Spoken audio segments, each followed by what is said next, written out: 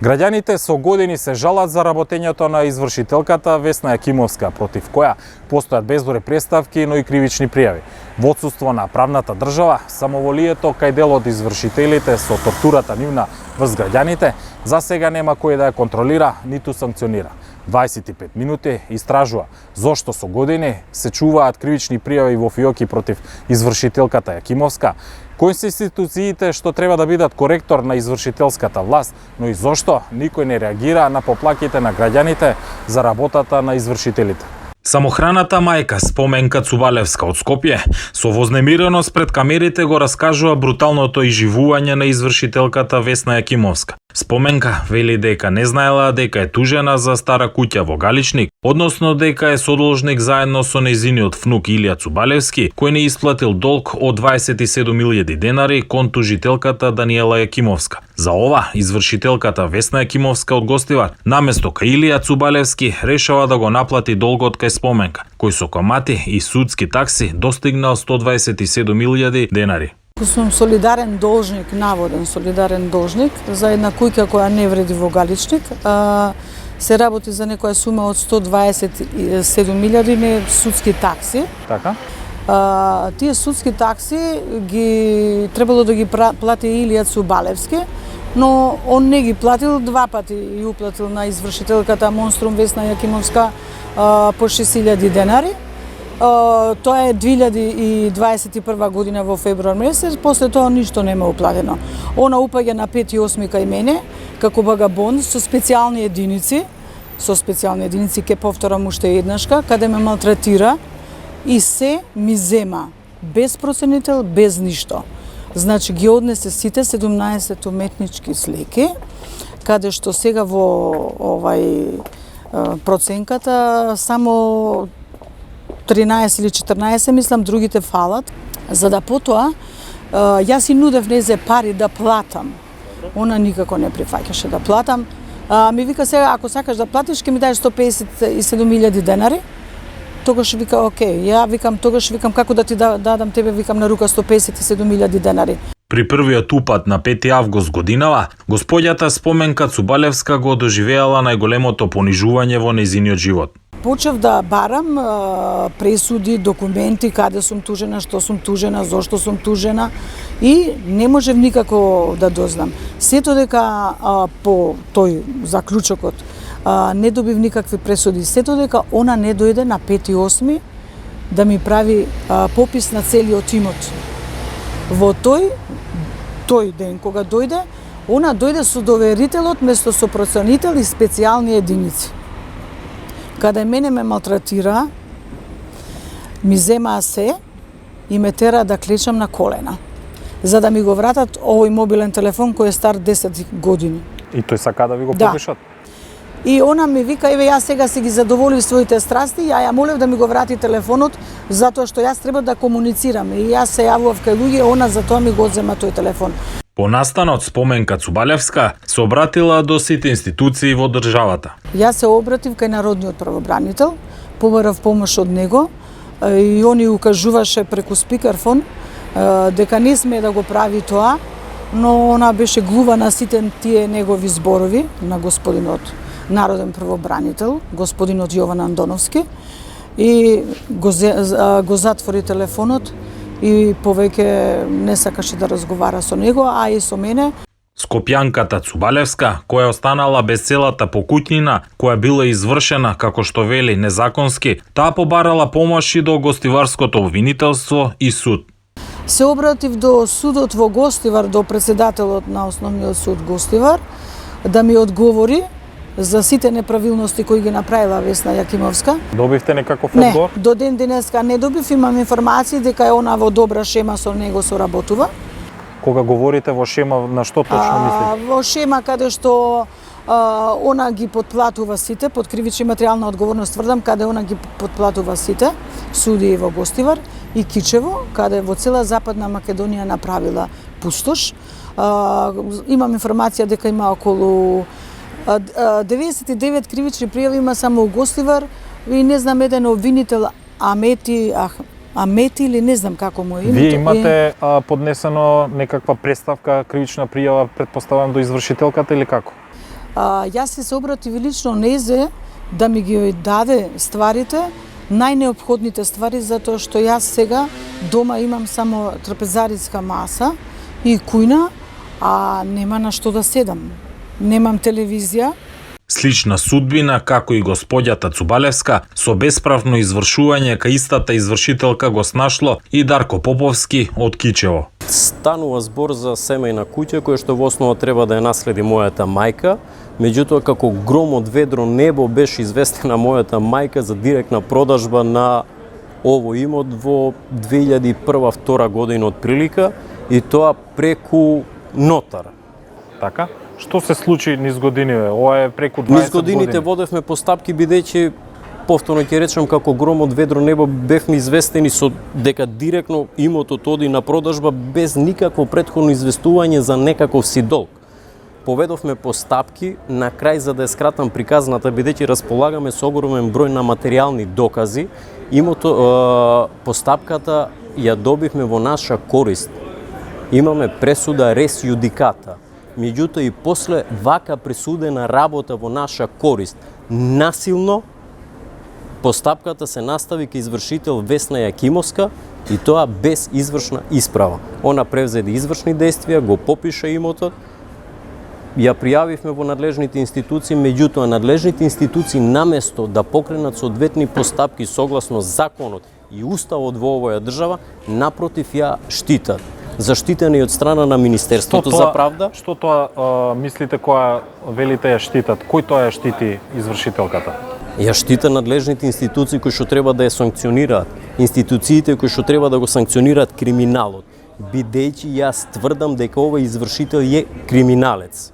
Заштитен од Министерството за правда, конкретно од секторот за надзор на работата на извршителите. Заштитен од судиите, од судскиот систем, заштитена е и од обвинителството.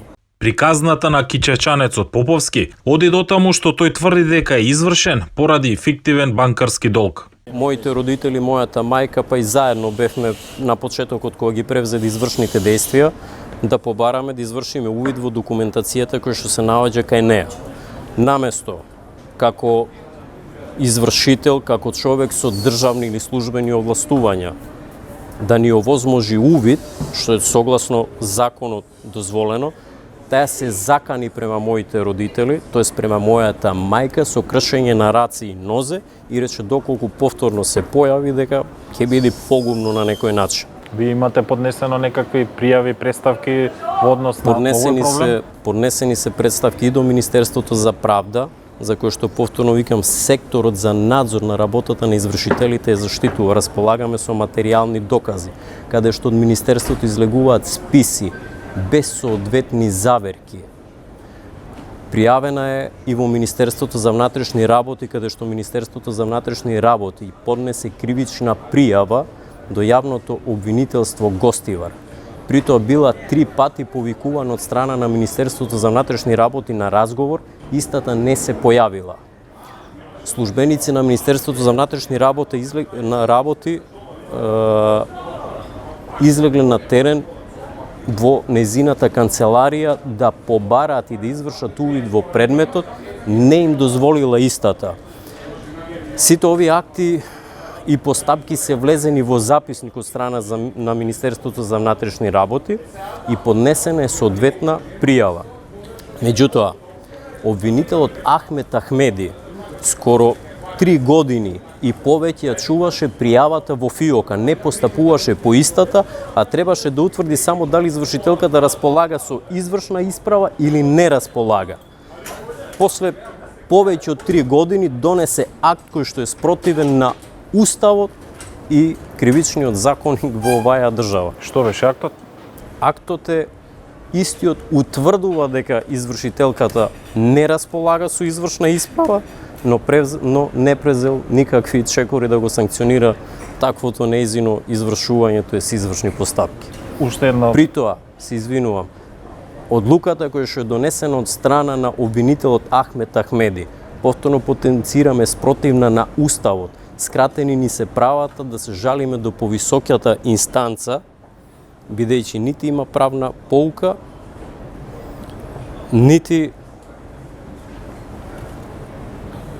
има соодветни Механизми за... не само механизми, нити соодветни нападствија и образложение во истата одлука. Наместо да донеси решение, он донесол резолуција. Веројатно мисли дека се наоѓа во Советот на Обединетите нации, а не дека е јавен обвинител во гостивар. Дарко прецизно ги посочува коруптивните дејанија за неговиот предмет во правосудниот систем во земјава. Се имаме обратено буквално до сите институции во оваа држава. И до Министерството за правда, и до обвинителството, и до буквално сите институции. Кој е одговорот за сите овие 20 години? Одговорот, кратко кажано е, се заштитува криминалот на извршителот. Што планирате да преземете во периодот што следи во однос на вашиот проблем? Па еве, ќе искористам приликата јавно да прашам каде да пријавам криминал, во која институција. И очекувам одговор. Во која институција да пријавам криминал, бидејќи во конкретниот случај станува збор за организиран криминал. Весна Јакимовска како извршител дополнително прави криминал и извршува криминал. 25 минути се обради до 3 институции надлежни за контрола на работата и обавувањето на дејноста извршител на лицето Весна Јакимовска. И тоа до јавното обвинителство, председателот на Комората на извршители на Македонија, но и до Комората за вештаци при Министерството за правда, кој е пресудна како се дели правдата. На прашањето на 25 минути колку кривични пријави и преставки од граѓани досега се поднесени до обвинителството против извршителката Весна Јакимовска сиве овие години и дали по истите се постапува, од јавното обвинителство не одговорија дека против лицето Весна Јакимовска се поднесени кривични пријави во неколку обвинителства. По сите нив се постапува, а постапките се во различна фаза. Обвинителите постапуваат согласно законските надлежности и работат на обезбедување докази во секој предмет поединечно, велат од обвинителството. 25 минути стапи во контакти со канцеларијата на председателот на Комората на извршители Ванчо Марковски по краткиот телефонски разговор со вработените од кабинетот на Марковски и нашето барење да ни одговорат зошто се дозволува да работи извршителката Јакимовска и покрај големиот број на кривични пријави против неа, ни беше речено дека ќе ни одговорат писмено, но не добивме одговор. Имајќи го во предвид дека судиите и обвинителите не се стручњаци за сите области за кои постапуваат и затоа улогата на вештите лица многу често е пресудна. 25 минути се обрати и до Комората на вештаци при Министерството за правда.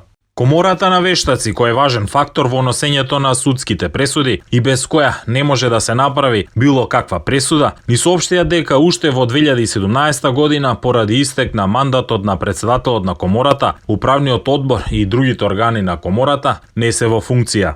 Комората на вештаци не функционира од самиот почеток на основањето, од причина што председателот на управниот одбор, кој воедно и председател на Комората, беше во притвор. Од истекот на мандатот не се избраени нови членови во органите на Комората. Поради таа причина, Министерството за правда формираше работна група која активно работи на текстот на законот. Основна цел на предлагањето на овој закон е целосно нормативно уредување на областа вештачење. Досегашната примена на законот покажа доста недоследности и нецелосно уредени области, велат од правда. Нашите соговорници не се убедени дека преку институциите ќе можат да дојдат до правдата. Поднесени се представки и до Министерството за правда, за кој што повторно викам секторот за надзор на работата на извршителите е заштитува. Располагаме со материјални докази, каде што од Министерството излегуваат списи без соодветни заверки.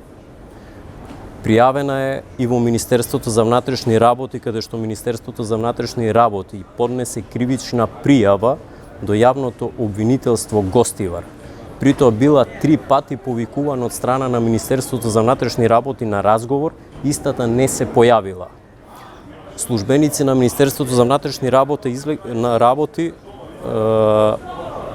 излегле на терен во незината канцеларија да побараат и да извршат увид во предметот, не им дозволила истата.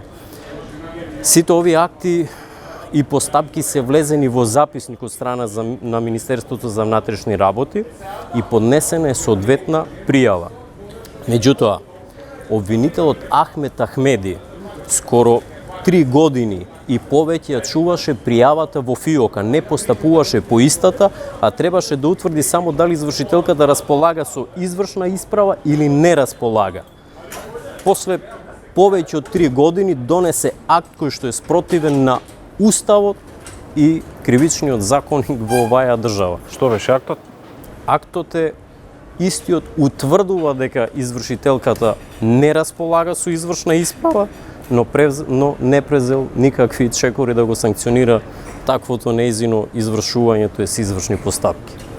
При тоа, се извинувам, одлуката која што е донесена од страна на обвинителот Ахмет Ахмеди, повторно потенцираме спротивна на Уставот, скратени ни се правата да се жалиме до повисоката инстанца, бидејќи нити има правна поука, нити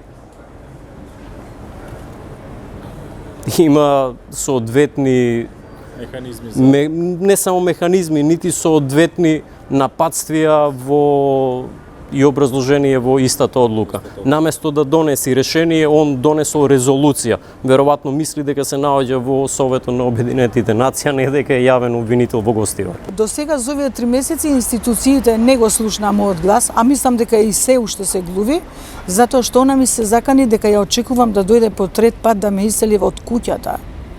Така ми кажа, затоа што јас живеам на атрактивна локација, па веројатно им треба да градат некое зградиште, како што прави во Гостивар, каде е соинвеститор со многу други луѓе, каде што не би сакала сега да го коментирам тоа. Ја побаравме за интервју извршителката Весна Јакимовска. Таа ни кажа дека заминува на службен пат во Црна Гора и одби да направиме разговор на платформата Zoom, објаснувајќи ни дека не смее да изнесува лични податоци во јавноста за случајот со господјата Цубалевска, за која ја прашавме да даде коментар.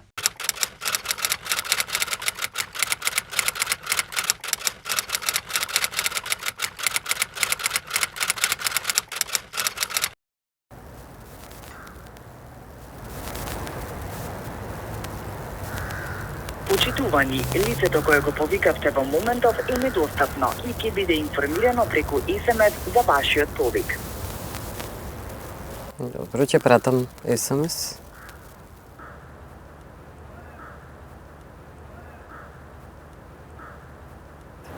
Господине Антоновски, вие како заменик правобранител, низ текот на годиниве практично работите во име на граѓаните, особено оваа тема која ја работиме сега со извршителите.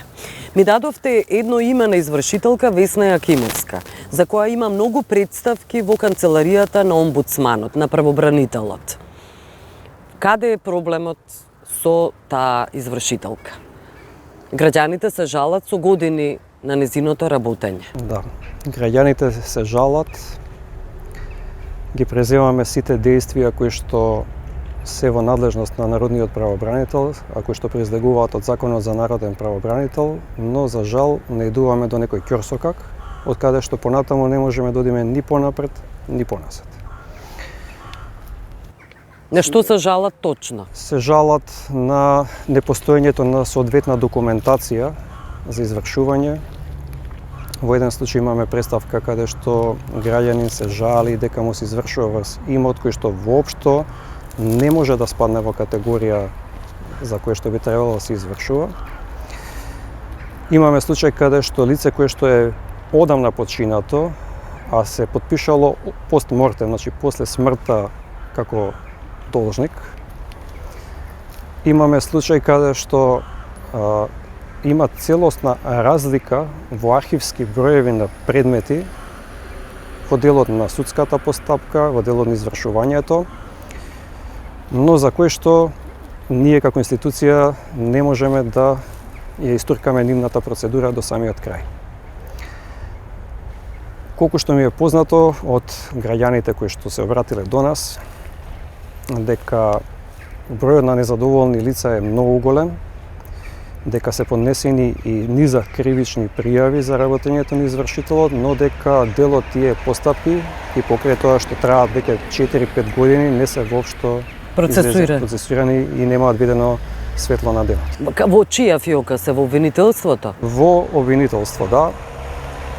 Има еден случај во кој што јавното обвинителство во Гостивар долги години го чувало предметот во фиока. Граѓаните се пожалиле до Советот на јавни обвинители.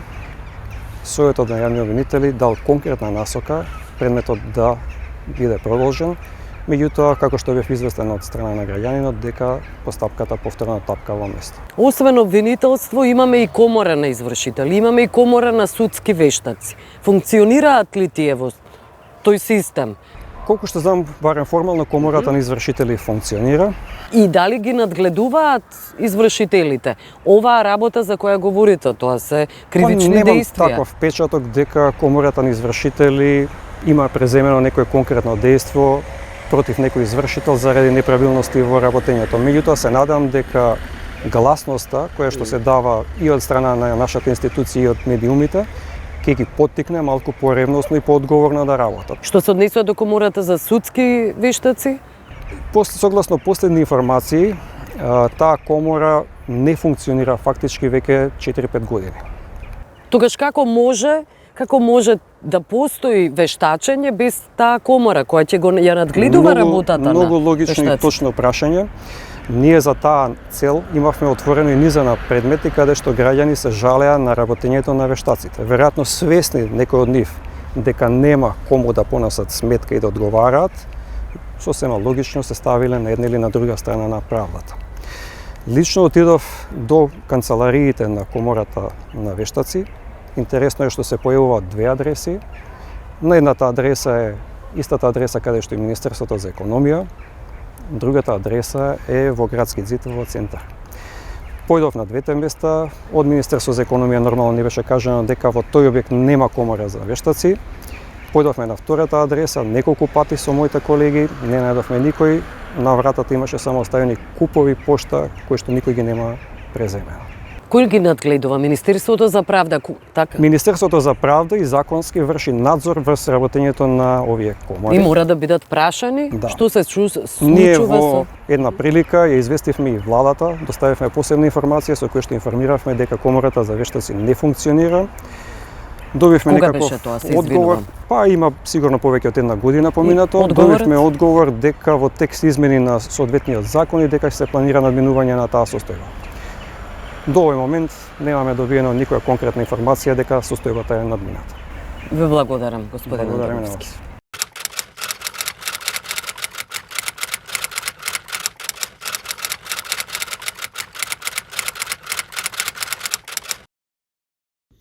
Односите помеѓу должниците и доверителите во Холандија воглавно се решаваат во вонсудска постапка со директен договор, компромис помеѓу двете страни, што може да резултира со, например, ослободување од обврските на некое време, плаќање на рати и така натака.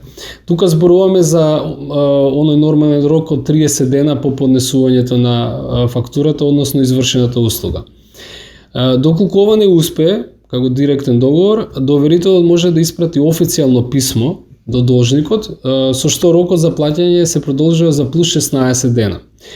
И во двете наведени варијанти зборуваме за долг без камата. Доколку ова не успее, односно овие први две варијанти, односно спогодби не успеат, доверителот може да започне правна постапка, каде ќе побара статутарна камата на долгот, која изнесува 2 до 8% годишно, во зависност дали се работи за физички, односно правни лица, и трошоци на извршителот како процент од вкупниот долг.